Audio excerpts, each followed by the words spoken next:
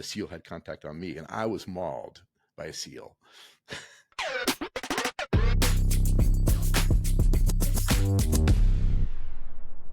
Today on the podcast, we have Richard Bernabe. He's a professional wildlife photographer, and he travels all over the world to capture animals in their habitats. I found him on Twitter, and he had this crazy image of his leg just bleeding. And I was like, I have to hit up this guy to find out what happened. And we talk about that on this podcast. So check it out. Richard, if you want to jump in on the recent fur seal attack, that's kind of how I found you on Twitter. I saw this picture of your leg, and it was like the craziest shot of like your leg just bleeding. As a photographer, I'm like, what the heck was he doing? Yeah, that just happened maybe a week ago because I just got home. And I was in Namibia, and I'm leading a workshop with Munch Workshops, and we were on an area called Cape Cross Seal Reserve, which I've been going to 15 years pretty regularly. So I know the place very well. And it's a colony of 200,000 seals. Jeez. It's like one of the largest fur seal colonies in the world. And in the recent years, when I get there, the boardwalk, there's a boardwalk, elevated boardwalk that kind of goes over top of the colony. And so you can see it out over the bluff and down on the beach and into the water. The waves are crashing. There's just seals everywhere. So you're elevated above them, and you're separated from the seals. But in recent years, it's kind of collapsed, and then there's begun to be holes in there so that the seals are getting on the boardwalk. So every time I come, I've got to kind of check it out. I've got to shoo them away. This time, there had to be 100 of them on the boardwalk, and it's just become disrepair. They've not fixed it. So I have all my students stay back, and like, you guys wait here. I'm going to shoo all these seals at the boardwalk and make it safe. And then when I'm say it's ready, come on, let's go. So I shoo them off. It's easy. They're very passive. They're good natured. These seals are. They're curious, but no problem. Clear everything off. And so then I bring my students on, and we're like 10 minutes into it. And I notice that the seals keep coming back on this, through the holes coming on. So I would say, stay here. I'm going to go take care of this. And I shoo the seals back off the boardwalk. And so at one point, I would say 15, 20 minutes into the session, I noticed that a seal had gotten on the boardwalk and was coming after one of my students very aggressively with his mouth open, and had kind of cornered her because this is a narrow boardwalk. There wasn't, any place for her to go.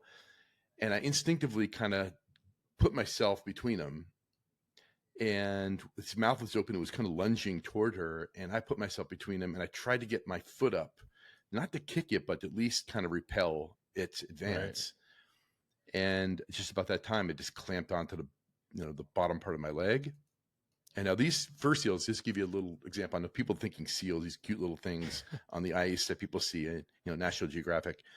Fur seals are big, and the males can be up to 600 or 700 pounds. The usually average around 400 or 500 pounds. The females between 2 and 250. All the males are gone at this point. So this is an average size female. I'd say it's a 200 to 250 pounds. And it grabbed hold onto my legs, and it wouldn't let go. And I had to pull my leg out, which just tore the skin deep. And these, teeth are, half inch long. And I knew I was in trouble right away because I could see the blood. And I knew that seals carry exotic bacteria, some of them that are immune to our antibiotics, and that could be very, very dangerous to infection. So I knew I was in trouble. But to the credit of our outfitter, Ultimate Safaris, they immediately jumped into first aid mode and got me cleaned up and bandaged, and we got everybody together, and we started headed to a coastal town called Swakopmund to emergency room to get me checked out because, like I said, this could be very dangerous. And this is on Saturday, so went to an emergency room, and they got me cleaned up. It was just a nasty, deep some deep wounds, and bandaged me up and tetanus shot. I'm on a series of rabies shots. I'm on, I think, 3 out of 5. And then a tetanus, did I mention that? Yeah. And then a series of antibiotics. And as of now, it looks like it's clean. It doesn't look like it's infected. So I just have to finish out the rabies shots, and I think I'm in the clear. But just recently, they found a lot of rabies in the seals, those Cape fur seals in South Africa and Namibia, which they believe came from the jackals, which there's a lot more interaction. The jackals come in, try to steal babies. So it was probably very low chance that I got rabies, but it's, since rabies has 100% fatality rate, I'm going through the shots. Jeez. We were trying to figure that out when we saw your photo of getting a rabies shot. We were like, do seals carry rabies? Not normally, Right. but in this particular population in Southwest Africa, there is a increasing prevalence of rabies. So doctor didn't want to take a chance. Yeah, no, I wouldn't take the chance either. I mean, it doesn't make sense, you know? Nope. So I think I dodged a bullet, because the last doctor I saw in Windhoek before I left to come back here to the States, said, you must have superhuman immunity, because this doesn't happen. There, like I said, there's bacteria that are completely immune to our antibiotics, and you just got really lucky and acted quickly and got it cleaned up and got on antibiotics, I guess. And I think I'm okay. I think I'll survive. How scary was that? Because I know sometimes, like when you see seals in the water, or at least male seals, they'll attack a shark and they'll bite down and just rip, shake their heads and rip them apart. Maybe it was a female seal, so it wasn't as scary, but probably still pretty scary. It just happened so fast that I didn't have. I remember, when the moment happened, I let out an audible something like that. Makes and sense. I don't know where that came from. But this next thing was, I hope, the skin didn't break. I hope it didn't, because I had long pants on. I said, maybe it didn't, break the skin. And then I looked down, and it was just my pants were shredded, and there was just blood pouring out. So I knew that wasn't the case. But I don't remember, I remember it holding onto my leg and ripping my leg out of its mouth. But I don't remember what happened immediately after that. I don't know if the seal, I guess, retreated and went back down the hole and went back out of off the boardwalk. But it just happened so quickly. It wasn't like a chance to be scared. It was just, oh my God, this is happening. Yeah. I hope it doesn't break the skin. I thought about all these other bites that I've heard of, like baboons and other wild animals, where they have these very exotic bacteria in their saliva that can create really nasty infections. And that's what's going through my mind at that point. And so, yeah, I don't think there was a moment to be scared. Wow. If I didn't step in, my client, my student, would have been bitten. Right. Better you than them, I guess. So, yeah, that's the way I saw it. So it was going to be one of us. And so I just kind of instinctively jumped in and tried to repel it. And I got the worst end of it.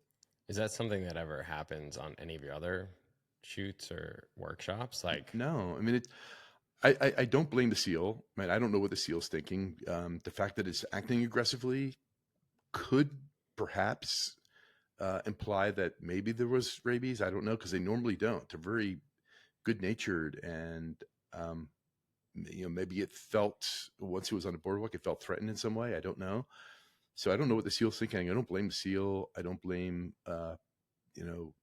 anyone other than the reserve, which has let this boardwalk and overlook become run down and let the seals on there. And I've got a video of when I first arrived. I took a video of me shooing all these seals off, and there's 100. It seems like there's 100, and just kind of pushing them off the side so they would go off, not pushing them literally, but kind of corralling them down this boardwalk so they could, make it safe for everybody to get on. I probably, in retrospect, maybe shouldn't have even got on there. I don't know, but it's every year it seems to have gotten worse. But it happened. And as soon as it happened, I got everybody off, and we just said, forget that, and probably won't go back until they repair. It's an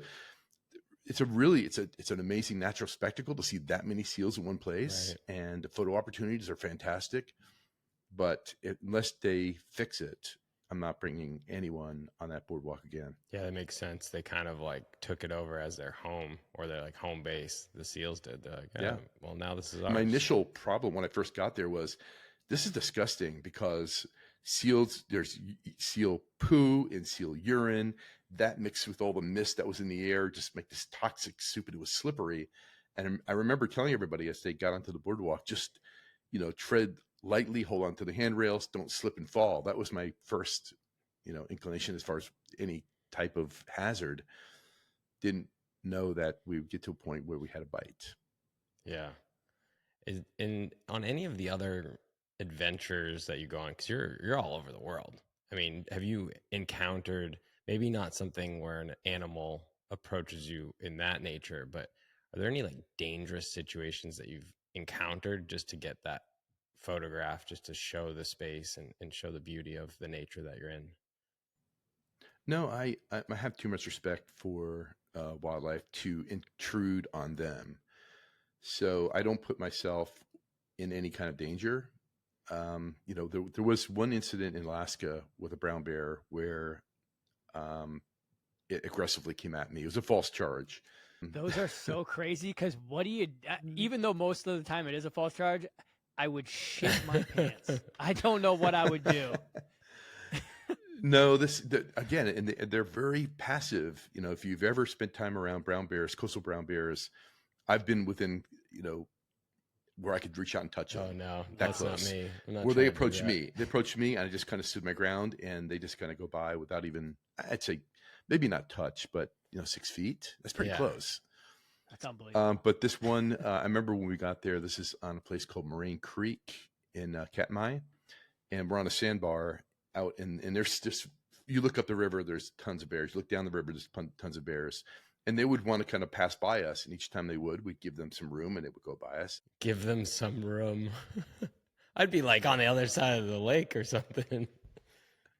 There was one juvenile male that was giving signs that he was agitated. And our guide said, watch this bear.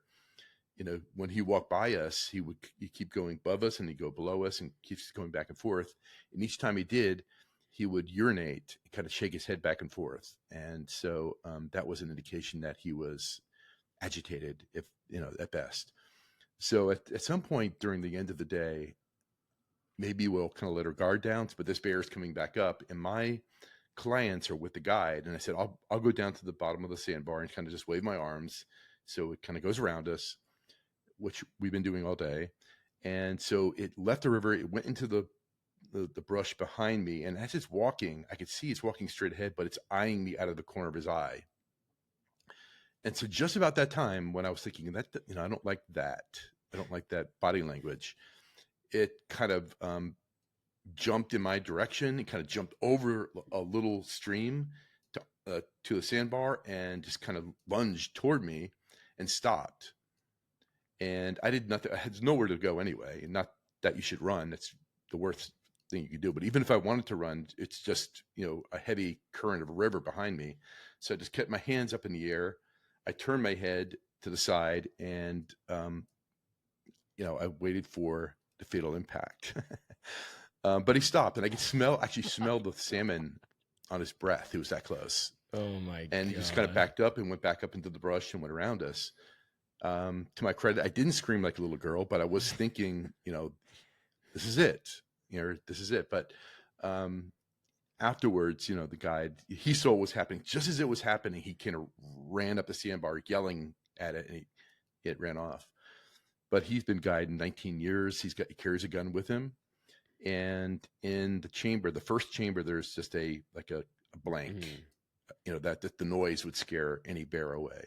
The second one is like birdshot, that if he had to apply the gun to a bear, it would just sting it and scare it away. The third shot would be fatal. Yeah. And he says in 19 years, he's never had to use a gun for any reason. So that's how, cool and laid back these bears are. But there's always one, just like, if you encounter enough people, eventually you're going to encounter one bad person that wants to do harm to you, maybe, if you just the law of averages. Yeah. So that's the worst, where it was a bluff charge. And yeah, it's scary, and it's hard to kind of keep your composure, but that's really the most I've ever, the closest I've ever had to feeling I was in kind of danger up to this point. That Never actually had any kind of contact with an animal of any kind other than this, where the seal had contact on me and I was mauled by a seal. I would have packed up my stuff and been like, I'm going home. Dan would have quit. If a bear tried, because I wouldn't be able to sit there and be like comfortable ever again with bears if that happened to me. I would be so scared. It would be tough. Yeah. You know, when, if that was an inland grizzly, say I was in Denali and not in Katmai, yeah, that would have been the end of me probably, because if you're within 100 yards of a grizzly, if you're walking on a trail and you look up and there's a grizzly, that's probably you're in danger. But these coastal brown bears, they are so consumed with just eating as much as they can. They see you as a curiosity at best, and there's never been any issues. I mean, Kodiak, which I'll be flying out to Kodiak on the 26th, the highest concentration of brown bears in the world, never a attack or a fatality of any kind. So that's just their nature. And that's just because, yeah, they're doing their thing. They're in their space, and like you're just visiting. I thought that's where the bear guy got eaten, though. What's his name? That was in Katmai. That was Tim Treadwell. Okay. Yeah, that was in Katmai. And, you know, again, you play with fire. I think he was a good, well-meaning person. I think he's a bit naive. Yeah. Because of how accepting the bears are, I think he thought that he had some special relationship with them or something. And he was in a place where there was a lot of bear crossing. This is a part of Katmai. And it was late in the season. And this bear had, from what I understand, I had to go back and kind of read all the details, but I think he was an older bear that maybe hadn't fed well. And it was getting late where a lot of the bears are starting to go hibernate. And he attacked him and his girlfriend in a tent. Yeah. And his tent was right there where a lot of bears are moving back and forth from location to location. I had a bear expert on my podcast a few months ago, and he was the person who did the investigation. He has a different theory. But bears just really don't want any trouble with us, and so that false charge was something that will stick with me, but I never felt any sort of danger with bears since then, or even before then. It was just an odd bear. Yeah, and like you said, the more you do stuff like that, the more often that might happen, because you're just doing this thing repetitively, and you may encounter some situations where a bear might approach you. I mean, if you're in that all the time. But you also learned the body language too. You learned the body kind language. of understood. Yeah. But I still don't put myself in harm's way. If a bear is coming toward me, sometimes it's best just to kind of hold your ground. And you can tell by the body language if it's comfortable or not. And if it's comfortable, just let them come to you. And he may just walk right by you without any problem. But I wouldn't approach a bear that close. When I say 6 feet, that was a bear that had been walking toward me.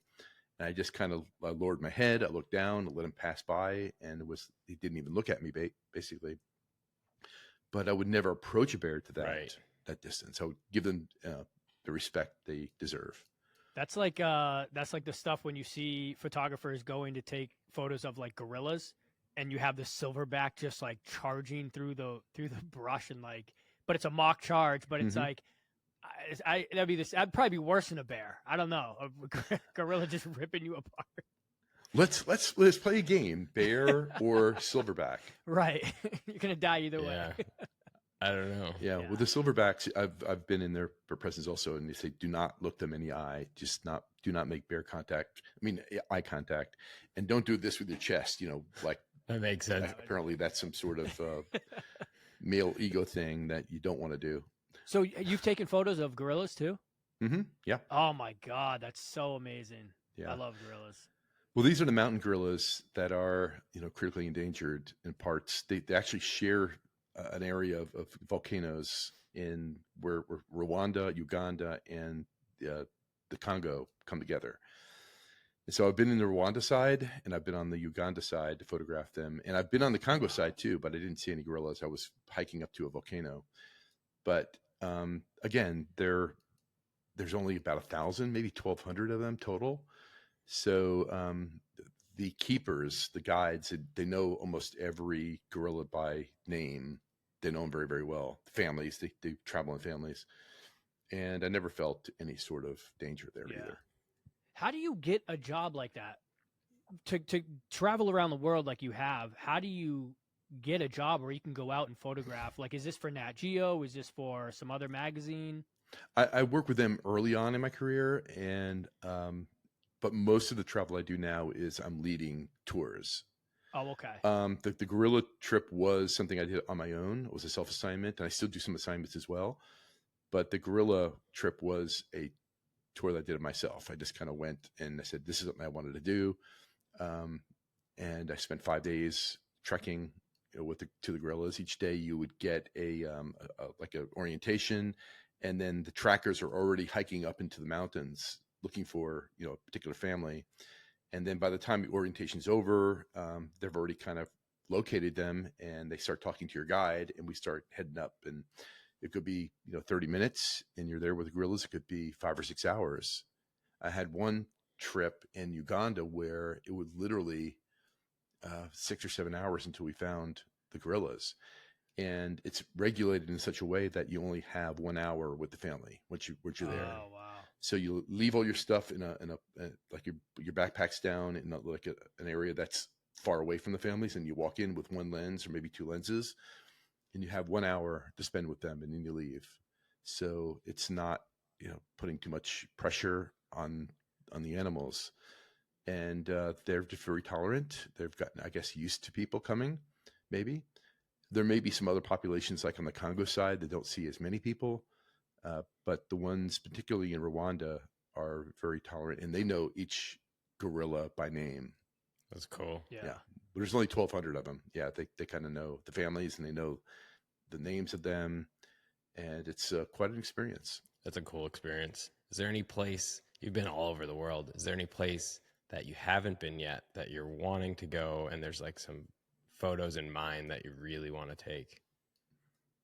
I don't know if there's any photos in mind, but I've always wanted to go to Kamchatka in Russia, and I don't think that's going to happen anytime soon. Yeah, but it's very similar to Alaska. It's just right, basically across the Bering Strait. That's true. And it's a place where there's a high concentration of brown bears, and the mountains, volcanoes. It looks like it's just a very, very cool place, and that was kind of high on my list for a while. And I don't think it's going to happen anytime soon, but you never know. Yeah. But that's one place that I've wanted to go to, and who knows how long that current political situation might last. Yeah, that's true. And then one thing that I noticed on your podcast, Beyond the Lens, you had a guest on, I think his name was Matthew Paley, and he talked about learning and being involved in the situation, and that the photo comes second. I really loved that. And like, do you believe in that as well? And in immersing yourself in these experiences with these animals or these people before you take a photo? Oh yeah. I think the experience comes first. That's always been my philosophy, is that photos come second, the experience is first. So I try to go have an experience of some type, and part of that is observing. Photography is probably 99.9% observing, and then maybe 1% or less than 1% actually doing photography. So I think, Matthew in his approach, and I've heard that from other photographers as well, is that they go there and the camera's almost secondary. I'm just here to learn. That's what they say. Now they're dealing with people. Matthew Paley, Amy Vitale. I'm just here to learn, and they just learn as much as they possibly can, and they spend as much time with the people that they're working with. And if you want to apply that to animals or landscapes, just go there and learn as much as you can. Kind of feel the rhythms of, if it's a landscape or a new place you've never been before, just kind of feel the rhythms of the place and observe and watch, and you'll know when there's a photo when it happens. So I think the worst thing to do is just come in, blazing away, Right, without even, just absorbing and immersing yourself in the place and the situation and then experience, and then the photos will come. Yeah. Photos will come themselves. Yeah, I found that too. When you're in a new space, it's just, if you take it all in, you'll think about the angle that you want, or maybe it will come days after you've been in that space because it really is about being somewhere new and the experiences. And I think that's something that we're hoping people get back to, is like these experiences. We've gotten into this world where people want too many things and objects. And I think we have to get back to this, like experiencing the world and the people around us. The experience always comes first to me. And then I want to make sense of it myself. How do I feel about it? What do I want to say? What do I want to express? And you really can't do that until you spend a little bit of time. So I always go back to, Van Gogh's Starry Night, one of the most famous paintings in the world. And if you look at it, that painting is not what Van Gogh saw, right? So it's not a depiction of what he saw. It's a depiction of how seeing the starry sky felt. Right. And that's what you're trying to do to an extent, even as a photographer. Is I'm not trying to necessarily depict what I saw. I'm trying to depict what I thought, or what I saw makes me feel. And so that if I can then express it in such a way that someone thousands of miles away that wasn't even present can pick up on what I felt about that experience, and then maybe even feel what I felt as I was standing behind the camera. It's complex because everybody's going to have different emotional triggers to what they see because they have different life experiences. But that's what makes, art so beautifully imperfect. Yeah. I think one of the favorite photographs of mine on your website, at least, is the one, there's a guy in a boat. I don't know where it is, but there's a bird on top of a branch that he has. Uh-huh. Where is that picture? Okay, that's in China. That's the Li River, and I'm glad you like it. But it's a completely contrived experience. Okay. So the experience was great. I enjoyed my time in China, but that shoot is totally contrived. This is, I guess, maybe in the older days, the cormorant fishing used cormorants to catch fish. Mm-hmm. It's kind of cruel, but they tie like a lasso or a string around their neck, and then the cormorants dive and they catch a fish, and then they tighten it up and they can't swallow it, and then they pull them up and they get the fish out of their mouth. Wow. So this is how cormorant fishermen worked in the past. They don't actually do that anymore. So when I say that situation is contrived, it's a bit contrived. Yeah. So they're there for looks only, but still made a cool photograph. So I enjoyed it. I liked it because it's so foreign to like what I've seen before. So I'm just like, I didn't understand what was going on it, but I really loved just the composition. I like the color in it as well. Just the warm tones against the blue. I think that was really cool. Thank you very much. Yeah. I think one of the big things that stands out to me too about just what you've done in your career as a photographer is changed the game a little bit on social. Like you've grown a lot on social media.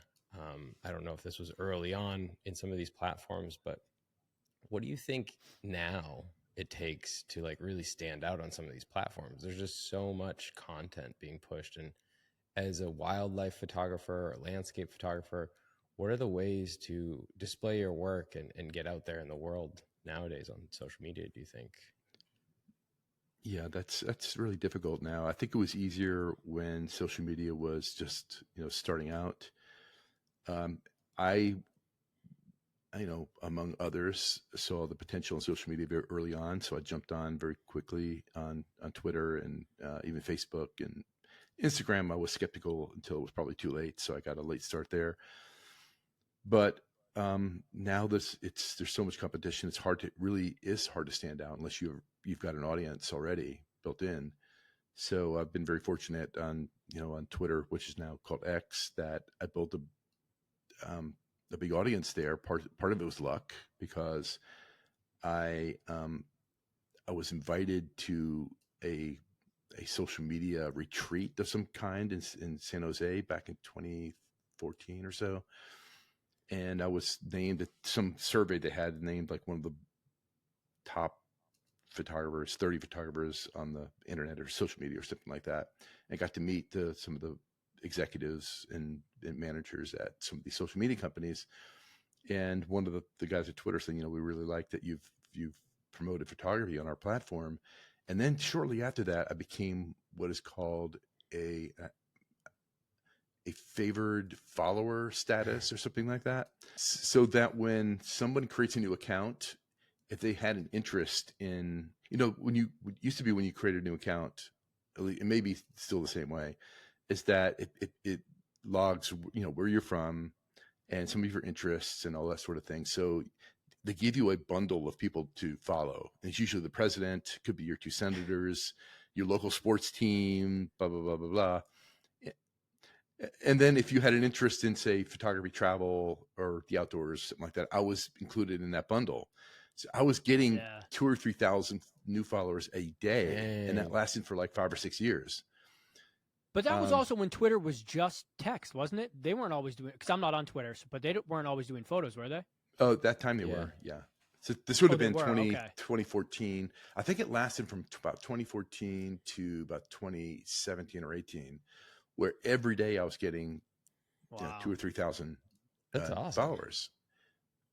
So that's how that got built up. And then I used that to kind of build other, social media following from that point. So it's pure luck.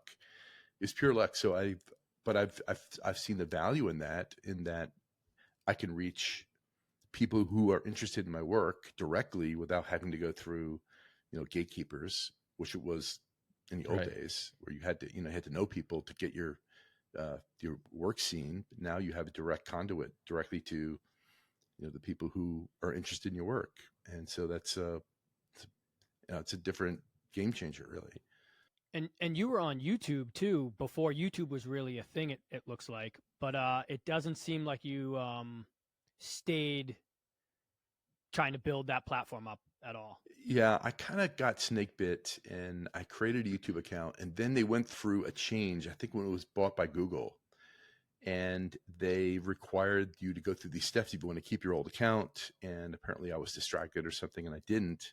So I can't actually access my original account anymore. Oh. So they signed me a new account through Google, and I can't even get access to it. So, I've not really embraced YouTube probably the way I should have as a marketer, but it's never too late, I suppose. No, I don't think so. I mean, you have a podcast, you have a newsletter, I think, right? And then you have... I have a newsletter, and the podcast is audio only, and I kind of like it that way. Yeah.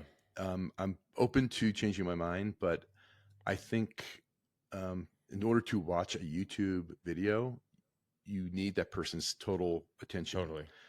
And I think one of the values of podcasts is that people can listen while multitasking. If they're driving, if they're exercising, if they're going to take a walk, if they're processing images, they can listen to the podcast in the background. And I think it's an intimate way to express ideas about photography without demanding your time like a YouTube video does. So I kind of like it that way. I think all the trends are going the opposite way, to be honest. I think they're all saying if you're a podcaster, you have to get on YouTube, you have to do video. That's fine. I don't, really care about chasing whatever the trends are, but I kind of like the idea that people can listen to me while doing other things like driving. I can't tell you how many people say, I'll listen to your podcast while driving to and from work, or I listen to your podcast when I go to the gym, or I like that. Yeah. I think it is more audio based still. Like we do the video as well. I think the reason we do that is because we are video professionals, and like that's something we love to do. And also we use that to chop up clips to get more of a following now that it's super hard to get people to follow what you're doing. So I think more people listen to us than they watch us, which I totally understand. But I think we're going to do it continually to just like chop up pieces and get more marketing. That's basically what it's for at the moment. And YouTube is easy to monetize. So True. That's a big advantage. Yeah. And I think we're learning more about that space of like trying to grow a bigger audience with the podcast and then direct that traffic towards the production that we do. That makes sense. And you've got a background in video, so that helps. I don't. Yeah, exactly. That's, I mean, it started with photography and then it moved into video quickly. I think I still love photography, and I think it's one of my favorite things to do in my free time versus filming, because I think I get to take in the moment, pause, and like I shoot film still because I love it. Mm-hmm. And Oh, you do? yeah, I mean, like for fun, like I'm not only shooting film, but like of my Mm-hmm. family or like some of the trips I'll go on, I'll shoot 35 millimeter. I think it's just nice to pause and like feel the frame. But if I were doing like wildlife stuff, I wouldn't trust myself as well to get those exact shots, because it's like you only get so many, you can't view it. That's a tough one. Do you know anybody that shoots film in the wildlife world? I don't. Yeah. No. Most of the people who shoot film are kind of like what you said. They're they do it for fun or as a hobby, and they like to retro feel. Like people who still listen to vinyl records. I and some people will say that vinyl records, they sound better. I can't imagine how or why they could sound better. I think digital has to sound better, just as digital photography does look better. Yeah. But there's some people they like that retro feel and that throwback. And life's about whatever turns you on. If you like shooting film, shoot film. It'd be very, very difficult to run a photography business doing film these days. And I said goodbye to film in 2005. Okay. I think I shot my last roll, and I never even thought about going back because digital's so much easier and it's so superior as far as the quality and everything else. So I don't make fun of people who do. So I'm not. Oh, thanks, Richard. Don't make fun of me, please. Sean was just listening to vinyl too. Oh man, I'm that guy. Life is short, and I think you should do whatever it makes you happy and whatever turns you on. So I'm not going to judge anyone, It's all but good. particularly wildlife, it would be difficult. I could see doing landscape, and if I were to do landscape with film, I'd probably continue to shoot 4x5, which I did for about 2 years.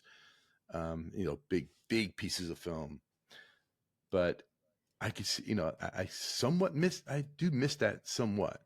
But once I put that last roll of film through on the light table, I haven't looked back. Yeah, I get it though. I mean, like I said, it's a fun thing for me, and I still shoot a lot of digital. I think one of the things that I love about digital too is we're in this fast-paced environment now. Like we were talking about, like everybody's posting, so like you do want to share your work as quickly as you can to just get that moment out there so people can see it. And I think with film, it's not going to happen.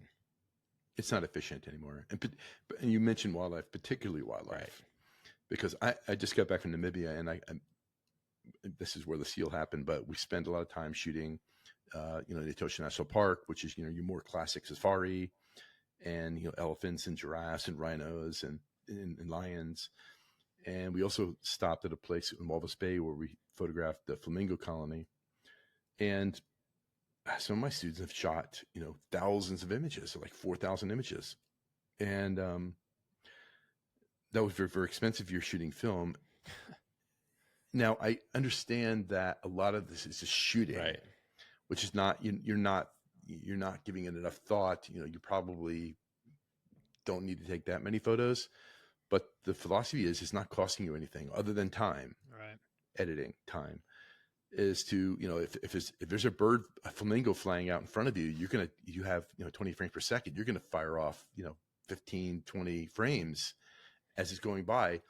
You're more likely to get the right photo with the right wing the wing position and the right background, and the one that's going to be in focus slightly better than the others, or the eye has light on it, any number of things. So you go through 20 of them, and one of them is going to be far superior than the other. So there is, some logic behind that, but that's just something you can't do with film. Yeah, and you can't advance film that quickly to do 20 frames per second or 15 or 10 frames per second.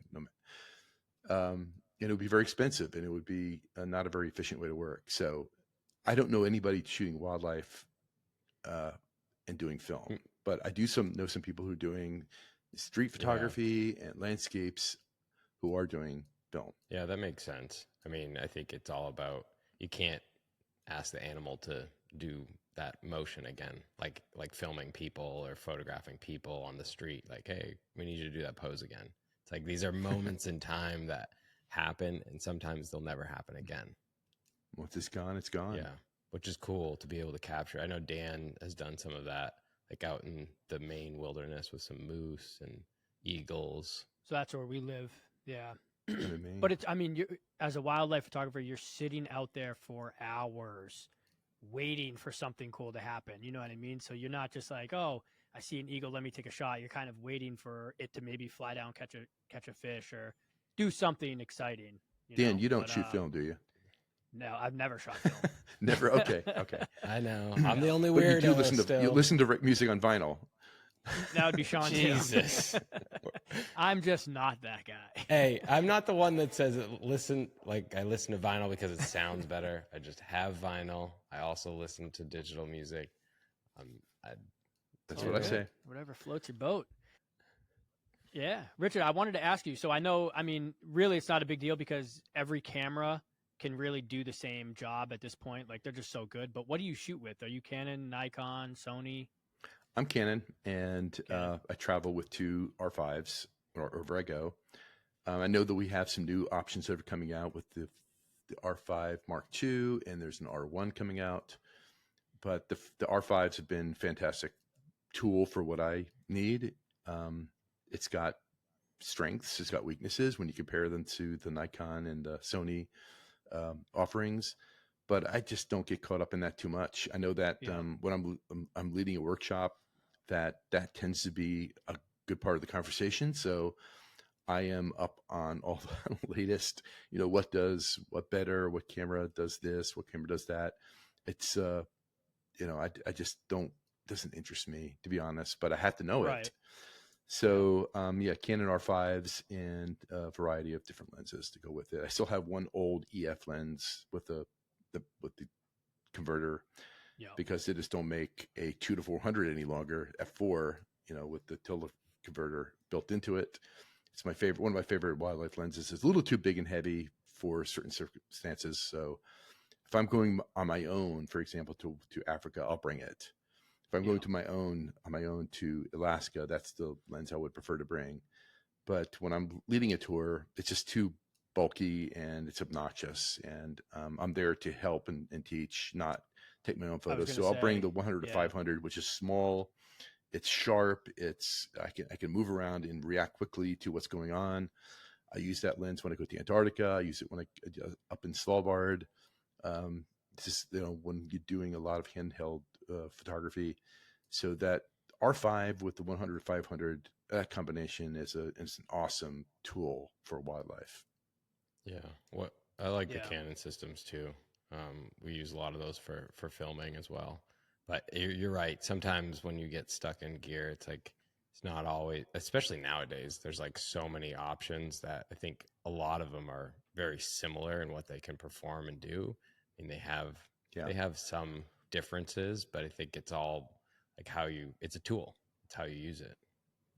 It's the tool. And I think, and I had this conversation, I had Franz Lanting on my podcast, and we're going down that road. And I see this a lot in a lot of beginner students on my trips, that they just have too much camera. They have too many options, too many options. They haven't even learned basic, exposure yet, or how to use autofocus. And there's 100 different autofocus modes and options, and it confuses them. It's frustrating, and they get turned off because they don't even understand how the camera works. When you can create the same photos with just a very basic set of settings with autofocus, and you embrace the things that are positive, like auto ISO and the 20 frames per second. But then there's all these hybrid and exotic focus modes, and the menu bank on all these cameras are so deep and so convoluted and Byzantine that if I were just starting out, you want to get good equipment. You're going on a once in a lifetime trip to Africa or Antarctica, so you want the best equipment, but you put that in their hands, there's just too many options. So I could see the frustration. I feel it too, because I can't learn every single camera and all the different options and all the different focus modes each one's have. I can figure it out, but I can feel that frustration from them, and I feel it myself. If it's not a a camera that I use personally. Yeah, it's almost like they're just putting in options as like sales points, because you go Almost. through some of these menus and you're like, where is the thing that I was always looking for that was always on menu 3? Now there's like 7 menus. There's different audio options now on video cameras and all these other options that most people or almost everybody is not going to use, but it's there in case you're in that once in a lifetime situation. Right.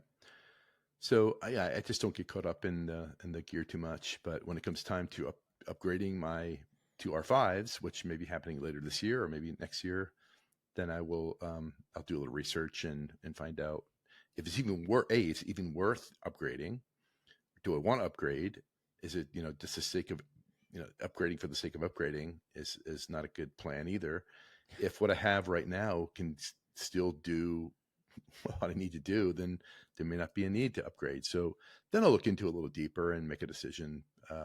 But it's just a topic that I just can't get into very easily. I much rather talk about the artistic and the creative sides of photography, and why people take certain photos that they do, and what are they trying to express, and what are they trying to say, what are they trying to make people feel. Those conversations I think are much more interesting. Yeah. Especially when you can learn your camera too, like you were saying earlier, like when you can slow your shutter speed down and take, a nice blurry photo of something, and it's like, how the hell did you take that? Almost, it's like when you know all your settings, you can kind of get the photo you're looking for. Mm-hmm. Well, you want to learn your camera so that you don't even think about it. So it's an extension of your hand. And the less you think about the camera, and the less you think about settings, and the less you think about all that, the more you open yourself up to the experience, and the more you open yourself up to creating more expressive photography. Otherwise, the camera and all that technical stuff just gets in the way. And so, like anything else, you practice and practice and practice until it just becomes intuitive, becomes natural, so that you can forget it. Don't have to think about it. Yeah. And with wildlife photography, I mean, it's all about moments in time, but there must be times where you go out to get certain photographs because of the light that's going to be happening. And so, and like, I'm sure you look at positioning of where the sun's going to be and hope that the animal is in that space. How important is it to understand the environment you're going into ahead of time? Like, do you research like what it's like, what the foliage is like? Right. So yeah, planning, and I like to call it anticipating what's going to happen. So if you're talking about wildlife, if you know the more you know about an animal's behavior, the more you know about the place you're going to, the better prepared you are to know, or at least have an instinct as to what's going to happen next and not what's happening now. So if your strategy is to react what is happening now, by the time you go to take the image, it's already too late. So I like to give this example where I'm in Kenya, and I remember this very vividly. I'm with my guide, and this is during the pandemic, so it's very quiet. There's not a lot of people in the Masai Mara. It's just he and I, and there's this. I was trying to get some photos, some artistic images of some zebras, and so we're kind of traveling alongside this herd of zebras as they're moving across these plains, and we pull up, 40 feet or 50 feet, and we'd shoot, and then we'd have to pull up another 40 feet and shoot. And finally I just said, do you know where they're going? He says, oh yeah, they're right over that hill. They're going down there. There's a water hole. I said, great. So instead of doing what we're doing now, why don't we just go to the water hole and let them come to us? So then once you get to the water hole, they're coming, then you can kind of work on where exactly do we want to park the vehicle? What kind of background am I going to have? Where's the light coming from? And now I can anticipate what is going to happen instead of constantly reacting to what is happening real time. And it's kind of like the old Wayne Gretzky, I skate to where the puck is going to be, not where it is. So the more you know about how the habits, behaviors of a certain animal, the better prepared you are to anticipate what's going to happen next instead of reacting to what is happening now. Yeah, that makes sense. And did you always want to be a wildlife photographer? Is this something that No. you were like, well, this is what I'm going to do for the rest of my life? This is something that I'm super passionate about? Or did something just click all of a sudden? It goes back to, my childhood where I was, I love nature, I love the outdoors. And that's probably where it started, because then you get into your teens and you're now distracted with other things in, teens and 20s. And then at some point you kind of grow up and then you kind of rediscover that first love, which is, wildlife and wild places and the outdoors and playing out in the woods like I did as a kid.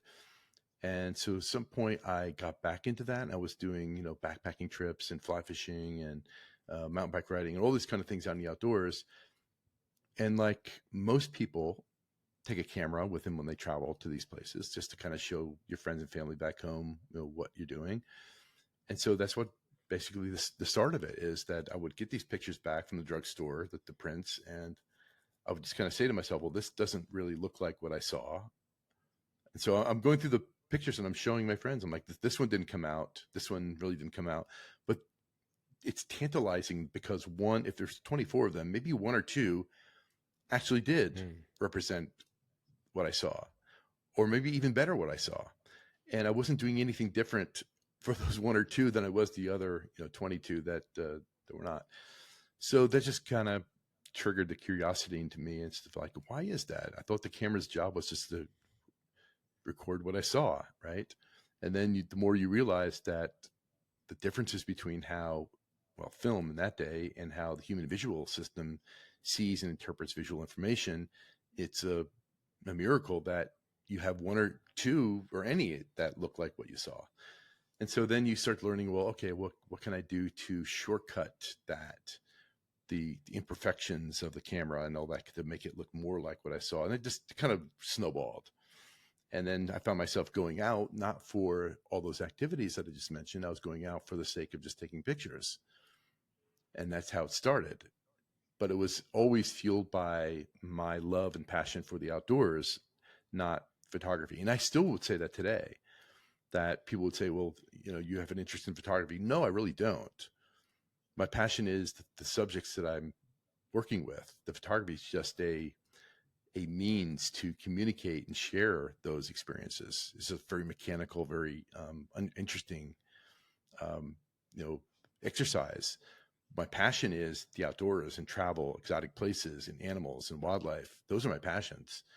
The photography, the act of actually doing photography, is just a necessary exercise to share those things. That's what it is. Yeah, that makes sense too. It's almost like you're an author. You're taking these things that you see and you're bringing them home. And like same with writing, when people write, they're spilling out their thoughts and their ideas of how they discovered these new places. And you're doing that in a visual medium. And so I think that makes sense. Like I've always wanted to do that too. Like I go to some space, or like I went to Patagonia once and loved Patagonia and really wanted to capture it. And there was one moment where I woke up at like 1 a.m. to go take this photograph that I really wanted, because the sun was rising right on the peaks. And at 1 a.m. Yeah. And you got up at 1 a.m. I got up at 1 a.m. Yeah. I got up at 1 a.m. and I hiked in the dark with a couple people. We were at the W Trek and the towers. I forget exactly, the Torre del Paine. And Torre del Paine. So you get the towers and there's the little lake at the base. Yeah, so we went up pitch black. So if you start, it's like a 4-hour hike to get to that spot. Oh yeah. And so we did it. We got up there. It's still dark. And you just watch it rise and like hit the peaks, and like you take in the moment, you take the photo, but being there and feeling that moment and then being able to share it is definitely like what I was after. And I think that's like what you're describing. It's like the passion for photography is really the passion to share these moments. Right. And if I were a better writer, maybe I could do the same thing by writing and sharing those moments that way. Or if I were a painter, I could share those moments and the things that are important to me, meaningful to me, through that medium, or whatever, or poetry, or any number of ways you could share those things that are meaningful to you and you're passionate about with other people. It's just that or songwriting, any number of ways, but it's just that I'm not good at any of those other things.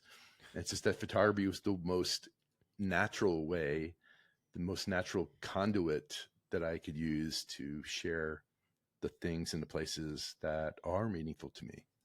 That makes sense. Where are But it's not. It has nothing to do with me having love for photography. I don't go out and just photograph any old Right. thing. I don't go to the store or to the post office, but I take my camera with me. Like some people say, I take my camera everywhere because you never know when there's going to be something you want to photograph. I don't. Yeah. I just don't. It has to be something meaningful to me, and usually I have to be in a certain zone where I'm in that zone and thinking about creating, not just on my way to the grocery store. Yeah. What are you most excited for next in your journeys? Is there a trip? Is there a place? Is there something that you're excited to experience coming up? Yeah, I have I have Alaska coming up. I just mentioned one is in the fjords in and around Glacier Bay National Park in Juneau. Mm-hmm.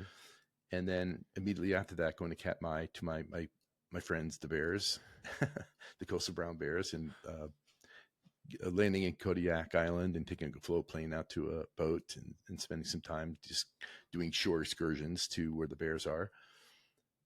That's my next trip. And then I have Scotland and I have Antarctica, and I always love going to Antarctica. That's coming up early next year. So, the place that I'm most excited about is usually the place I'm going next, particularly if it's a place that is new or is a place that I've been to multiple times that still turns me on. There's still something there that keeps drawing me back. Like there's unfinished business that I want to go. There's other places where I've been once and I was like, well, that was great. That was great.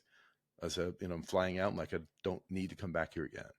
Other places where I've been multiple times and I still feel like I have more work there to do, that there's still more to explore. There's still a mystery there that I've yet to uncover. So I think that varies from person to person. To some places that people love that I just don't have I just never connected to emotionally. And other places that I have connected emotionally, I still want to go back to that people are like have no desire to. And that makes it interesting because we're all different. Yeah. Is there a place in the U.S. that you, besides Alaska, that you go to often? Come to Maine. Yeah, you can come to Maine. Maine is interesting. But it's going to be either places that I'm very familiar with, and I live in the Southeast, so the Great Smoky Mountain National Park. It's Great Smoky Mountains National Park.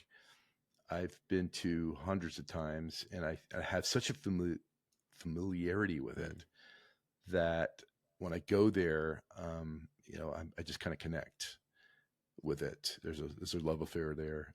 And then I guess Death Valley would be another place that I keep going back to, and I keep finding new things that I hadn't seen before or missed, or I'll explore a different part of the park and find something new. That's a place that I always get excited about going back to. Do you still fly fish at all?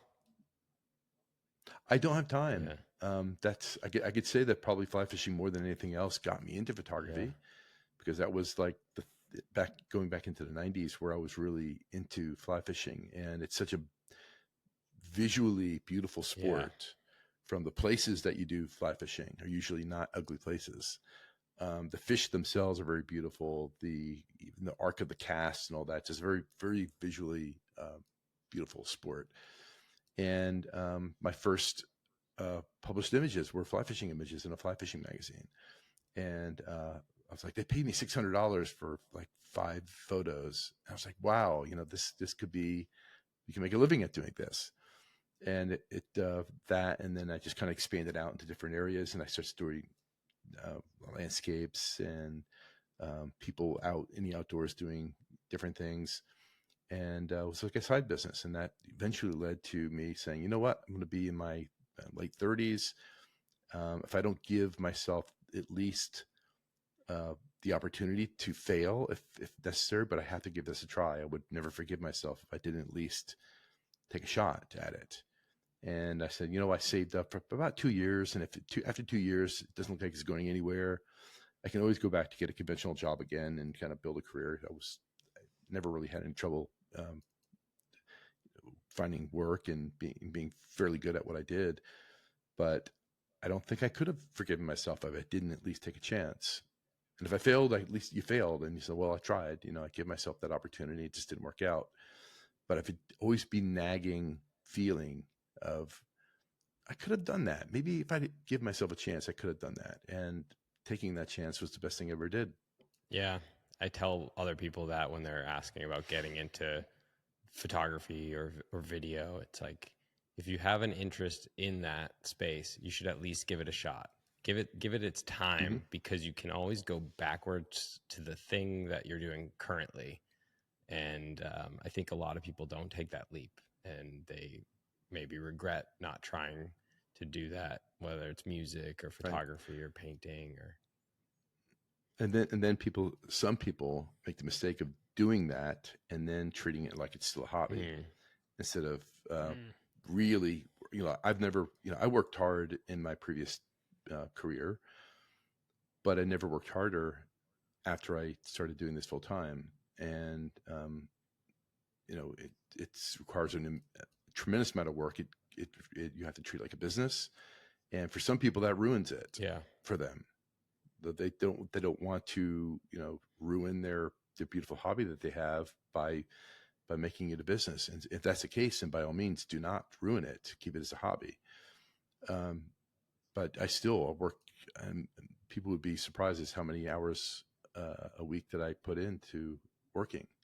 But I love what I do, so that's not a labor that I'm bored with, or I feel like it's drudgery. I love what I do, so I don't mind putting in the work, but there's a lot of work that goes into it. Yeah, there's a lot of work that goes into anything that has a creative process, and it's all behind the scenes that people don't really see.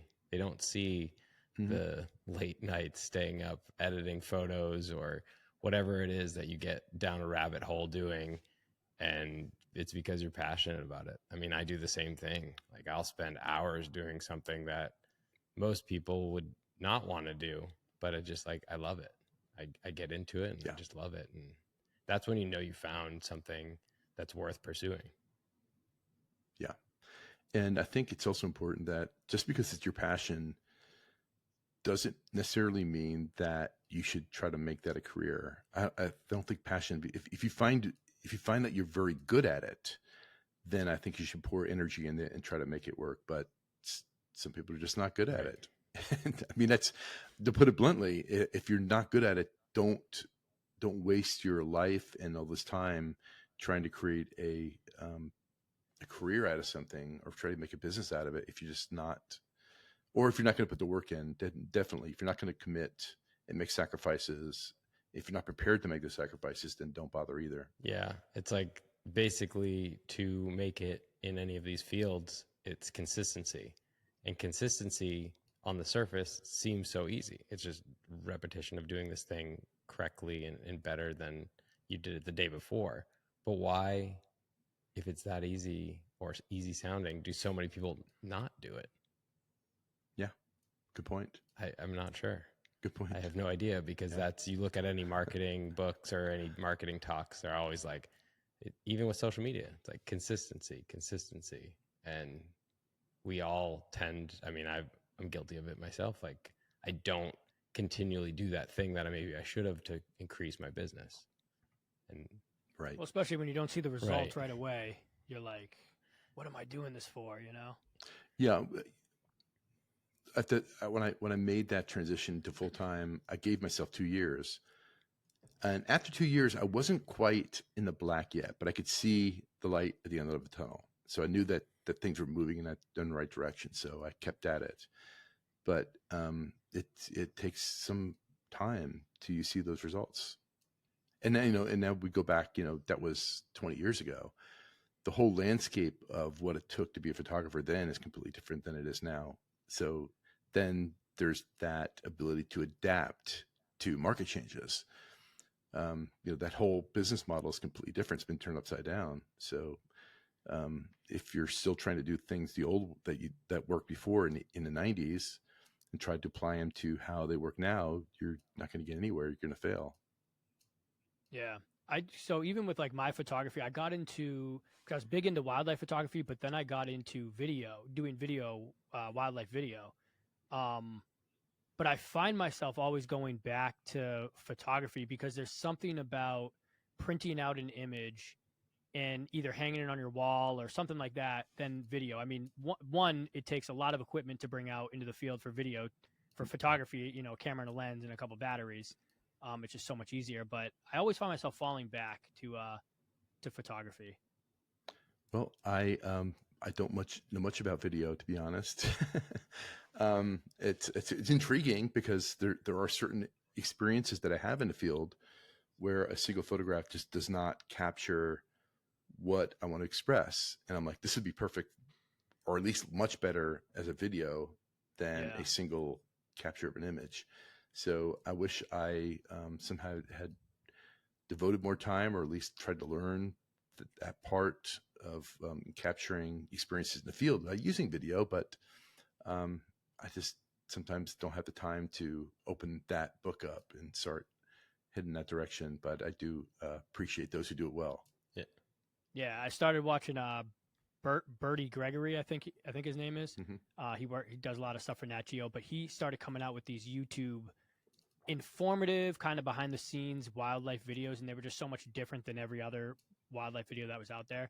And then they actually came out with like a Disney Plus, series or whatever. But it's just like, it's just amazing. It's so cool to see what goes into, when they shoot professionally for wildlife. Yeah, and they devote a lot of time and put a lot of hours in the field to get, an hour's worth of video.